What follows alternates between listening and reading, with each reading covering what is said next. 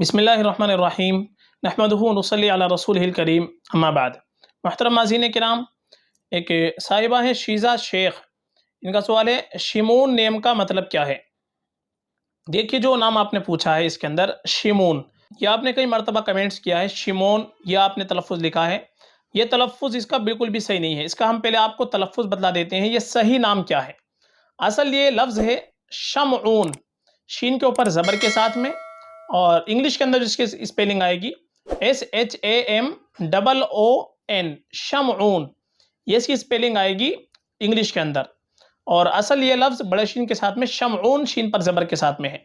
आपने जो शिमोन लिखा है या शिमून, ये बिल्कुल भी सही नहीं है। और ये नाम एक तो इब्रानी ज़ुबान का भी लफ्ज़ है।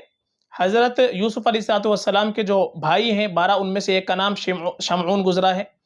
और इब्रानी ज़ुबान के अंदर जो शमऊन का माना आता है वो आता है सुनने वाला, या जिसे खुदा ने सुना हो, ये माना आते हैं शमऊन के।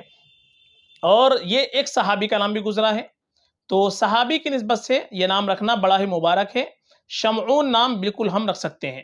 माना इसके मैंने बता दिए, सुनने वाला या जिसको सुना गया हो। और अगर शमा से इसको मानते हैं, शमऊन से शमा, तो शमा के माना आते हैं रोशन के, चराग के, तो उसी से शमऊन अरबी ज़ुबान के अंदर ये चराग के, रोशनी के माना बन जाएगा। लेकिन चूंकि सहाबी का नाम है, तो सहाबी के नाम में हमको माना की तरफ तवज्जो नहीं देनी चाहिए।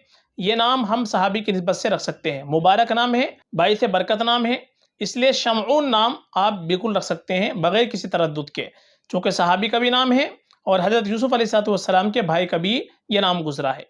मुबारक नाम है, बिल्कुल हम रख सकते हैं। फ़क़त वल्लाहु आलम।